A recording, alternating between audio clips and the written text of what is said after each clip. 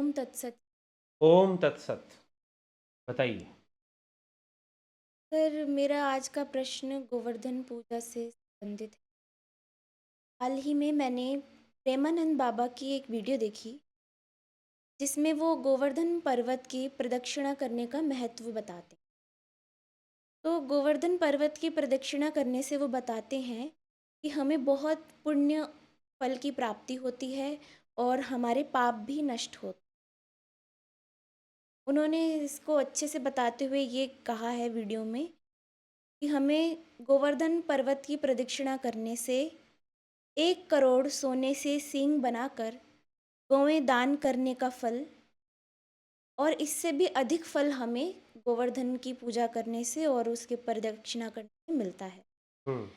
मेरा प्रश्न यहाँ पर ये है कि गोवर्धन पूजा साल में एक बार आती है, तो हमें पुण्य फलों की प्राप्ति के लिए क्या वह एक दिन ही हमारे लिए महत्वपूर्ण है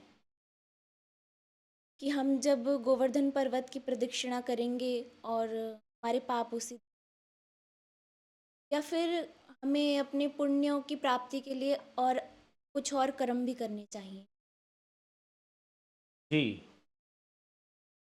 अच्छा प्रश्न है आपका। उनका कहने का तात्पर्य है कि भाई गोवर्धन पर्वत, गिरिराज गोवर्धन पर्वत की परिक्रमा कर लो तो आपको 1 करोड़ सोने के सिंग वाली जो गाय हैं उनका दान करने का जो पुण्य है। हालांकि सोने के सिंग की कोई गाय नहीं होती है, या सोने के सिंग बना दो, गाय का जो सिंग है उसे सोने का बना दो और फिर उसे दान कर दो, तो पुण्य जो है आपको ज़्यादा मिलेगा। ठीक है। जी। गोवर्धन की परिक्रमा कर लेने मात्र से ज़्यादा पुण्य मिलेगा। जी। तो अब इस बात का, एक तो सबसे पहली बात हम इस पर विचार करें कि मान लीजिए कि लोग गोवर्धन पर्वत की परिक्रमा कर रहे हैं, गिरिराज गोवर्धन की परिक्रमा कर रहे हैं, ठीक है। गिरिराज हम कह सकते हैं गोवर्धन को, लेकिन जो है, अब हम परिक्रमा कर रहे हैं, उसकी परिक्रमा जब हो रही है, अब उसमें अनेकों लोग परिक्रमा कर रहे हैं। मान लो कि चलो 1000 लोग परिक्रमा कर रहे हैं, 1000 नहीं मान सकते तो 100 मान लो, कम से कम 100 लोग परिक्रमा कर रहे हैं। तो अब प्रश्न ये उठता है कि क्या सबको बराबर का पुण्य मिल जाएगा कि आप 1 करोड़ गौ दान कर दो, सोने के सिंग वाली गौ दान कर दो, तो गोवर्धन की परिक्रमा करने से उतना ही पुण्य मिल जाएगा? जी। ठीक है। तो मैं अब मान लो कि अगर ऐसी बात है तो उससे भी ज्यादा पुण्य, आप ध्यान में बैठ जाओ। ठीक है। 1 घंटे ध्यान में बैठ जाओ, 1 घंटे उस आत्मा में ध्यान लगा लो। वो 1 करोड़ क्या, 1000 करोड़ सोने के सिंग वाली गाय का दान कर दो, उससे ज्यादा पुण्य मिल जाएगा। ठीक है।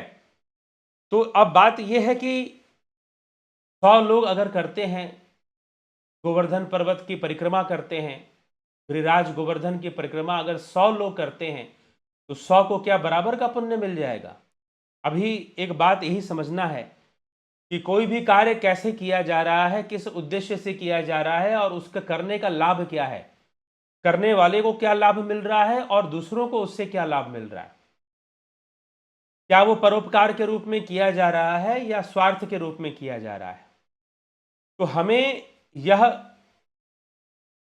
समझना जरूरी है, क्योंकि परिक्रमा करने वाले अनेकों लोग हैं और वो किस किस भावना से परिक्रमा कर रहे हैं उस पर भी बात निर्भर करेगी। और रही बात गौदान करना, तो गौदान का महत्व आज के समय में तो कम है। आप आज अगर गौदान करो भी तो कौन गौदान लेने वाला है?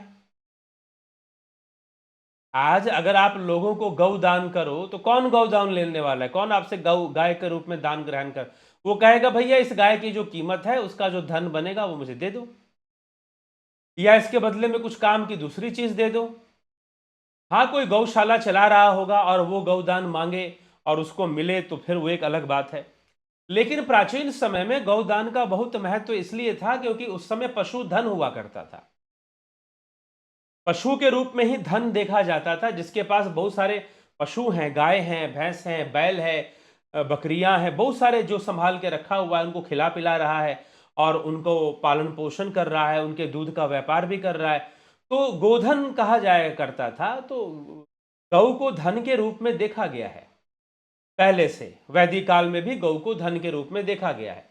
तो इसीलिए गौदान का की प्रथा थी, गौदान का प्रचलन था। लेकिन वर्तमान समय में ऐसा कोई प्रचलन नहीं है, क्योंकि आवश्यकता नहीं है। जिनको आवश्यकता है वो कर रहे हैं आज भी। लेकिन जिनको, मान लो कि कोई किसी को आवश्यकता नहीं है और आप उसे कहो कि मैं गौदान कर रहा हूं, ठीक है, जैसे कि कठोपनिषद में कथा आती है, यमाचार्य नचिकेता की कथा आती है। तो नचिकेता के पिता ने 100 बूढ़ी गाय दान कर दी। तो नचिकेता ने कहा कि पिताश्री, ये बूढ़ी गाय तो किसी काम की नहीं है, तो दूध भी नहीं देती है, तो इनको क्यों दान कर दिया आपने? अगर दान करना है तो ऐसी वस्तुएं दान कीजिए जो दूसरों के काम की हो, ठीक है। तो दूसरों के काम की अगर आप दान करते हैं तो उसका लाभ है, नहीं तो क्या लाभ है फिर उसका? तो बूढ़ी गाय भी, अगर मान लो कोई गौ दान कर रहा है, कोई बूढ़ी गाय ही दान कर दे, तो ये कोई दान नहीं कहलाएगा फिर, ठीक है। तो आजकल हमें यह विचार करना है, दान का महत्व तो तभी है जब वह सदुपयोगी हो।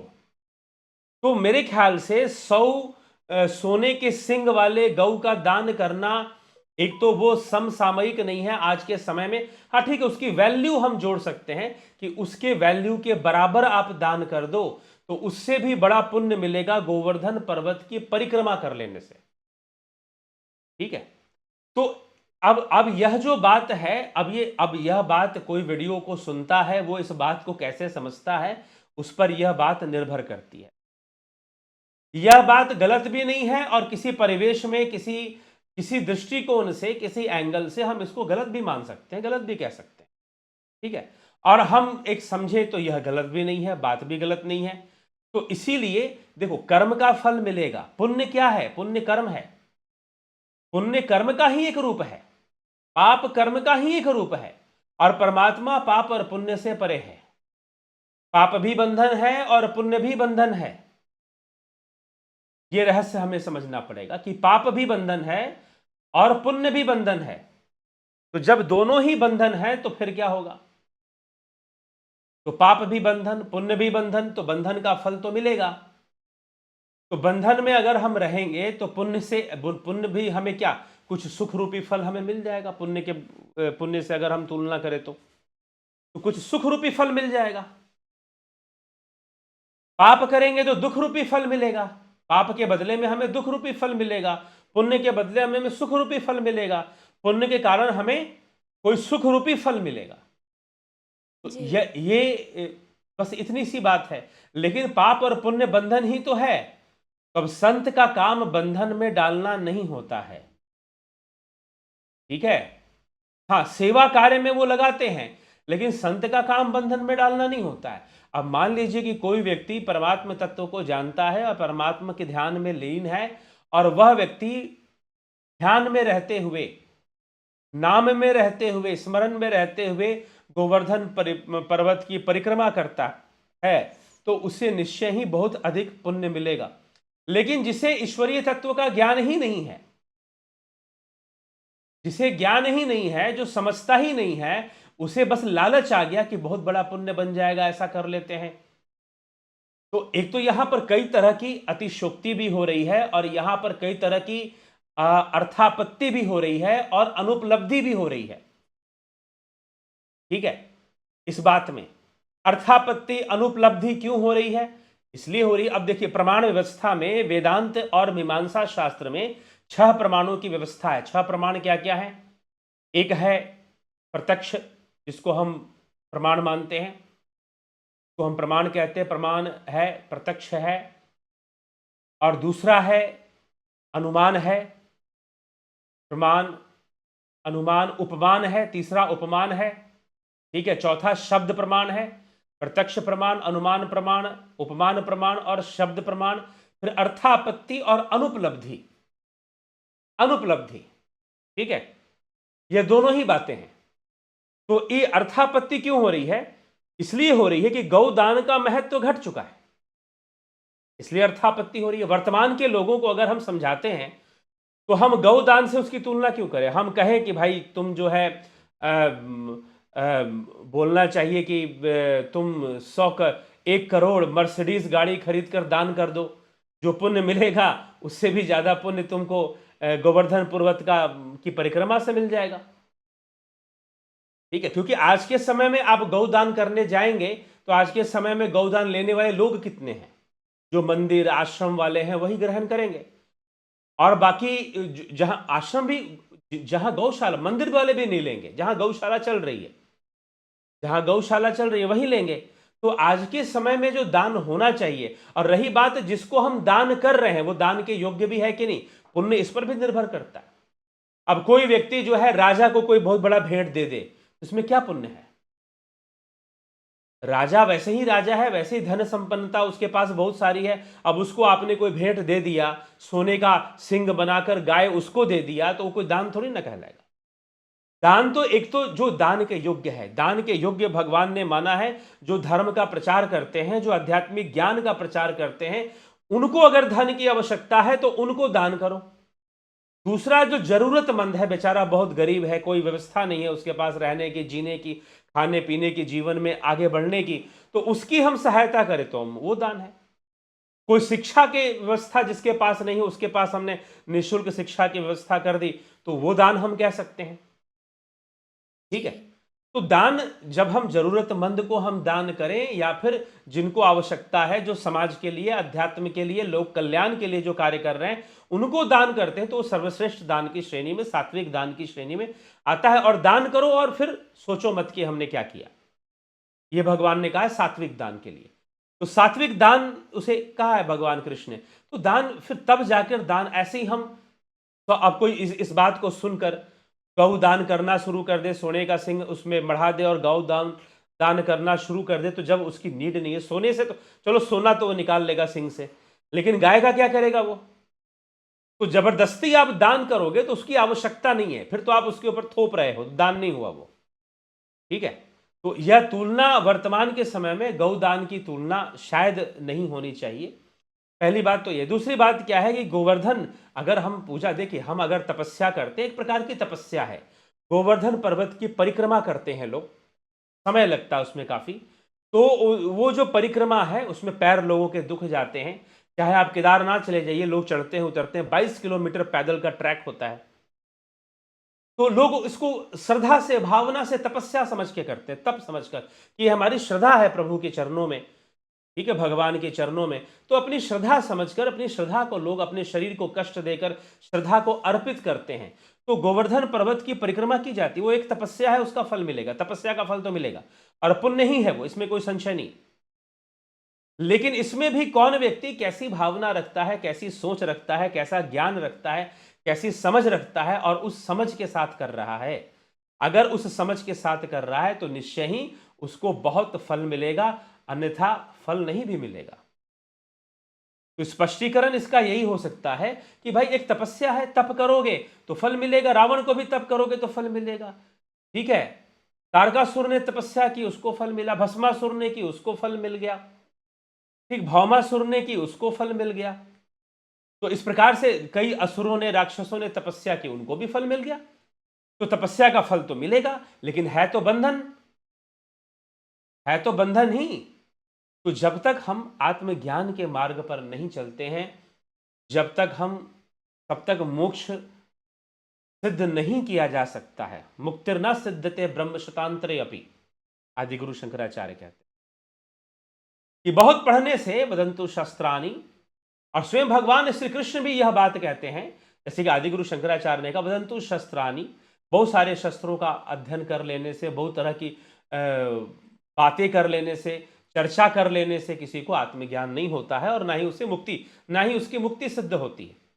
ठीक है, भगवान भी कहते हैं ना अहम वेदेन तपसा ना दानेन न त्यज्या शक्य एवं विदुम दृष्टिवान सिवा में था, कि ना अहम वेदेन तपसा, ना मैं वेदों के अध्ययन में, ना ही मैं तपस्या करने में, ना ही मैं तप करने में, शरीर को कष्ट पहुंचाने में, तप करने में भी मैं नहीं हूं।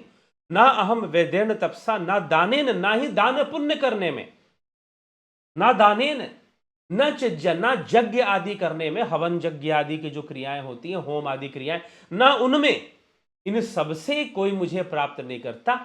दृष्टिवान सीमा में था, दृष्टि वाले, सम्यक दृष्टि वाले, जिन्होंने मुझे जान लिया है वही मुझ तक पहुंचते हैं।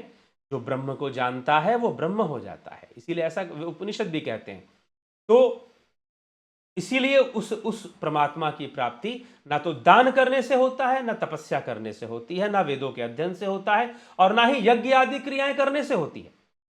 इन सबसे उस परमात्मा की प्राप्ति नहीं होती है। ये साफ साफ कृष्ण श्रीमद् भगवद गीता में ये भगवान कृष्ण कह रहे हैं। तो हमें इस पर विचार करना चाहिए।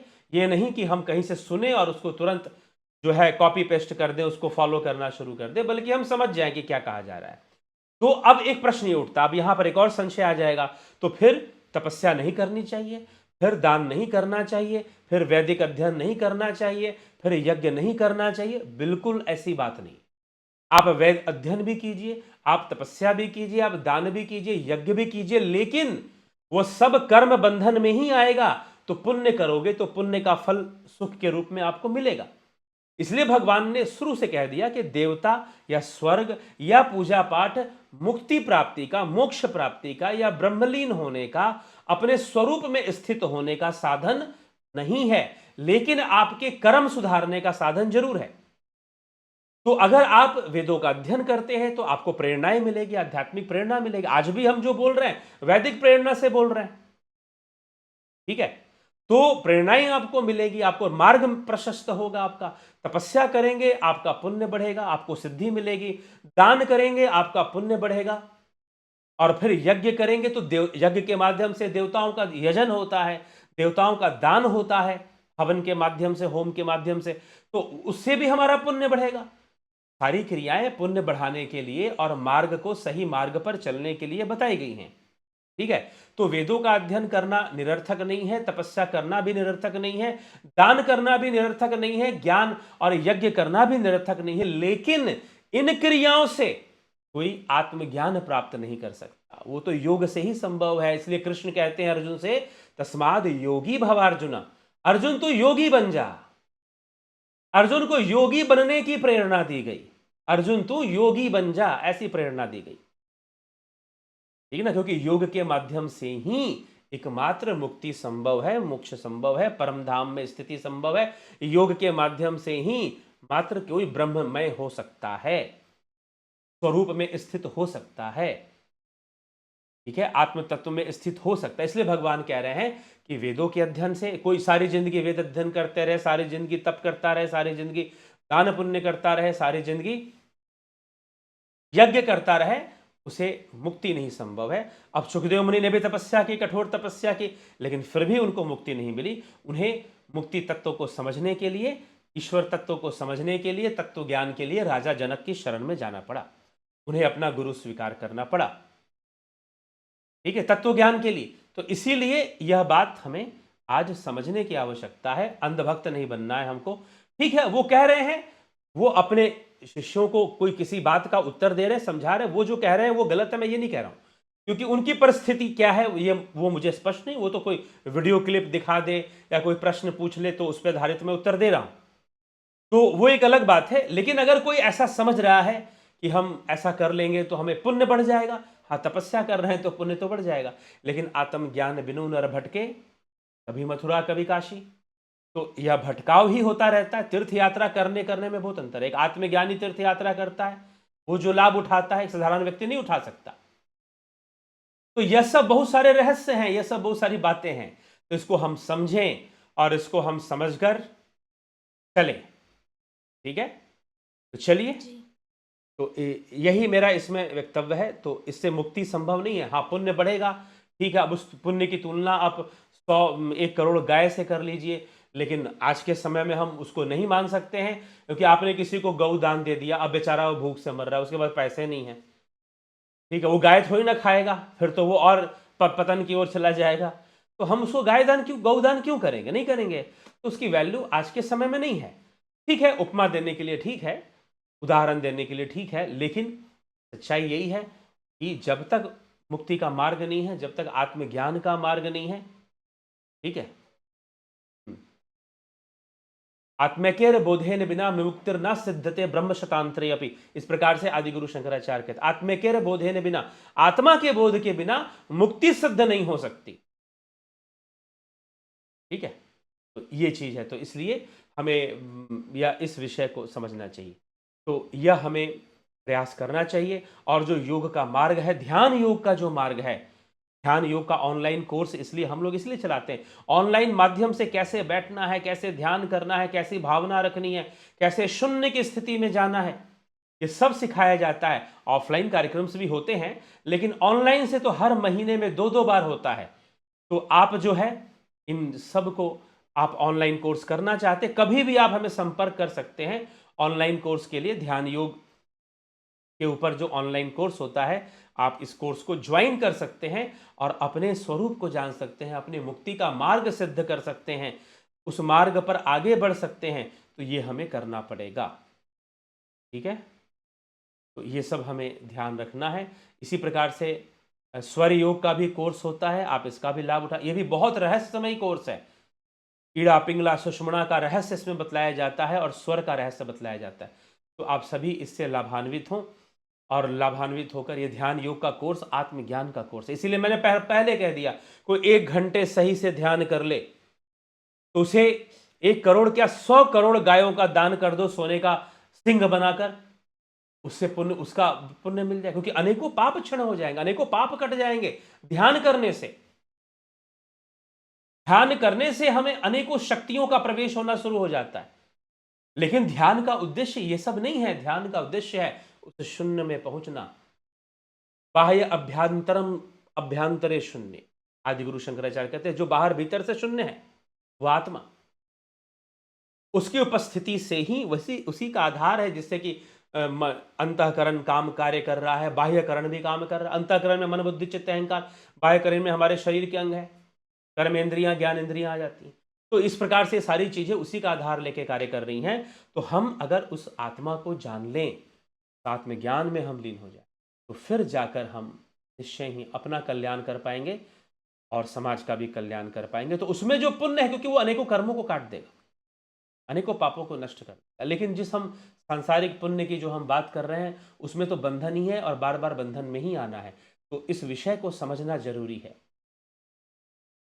ठीक है। पुण्य मिलेगा, गोवर्धन की परिक्रमा से पुण्य जरूर मिलेगा, इसमें कोई संशय नहीं है।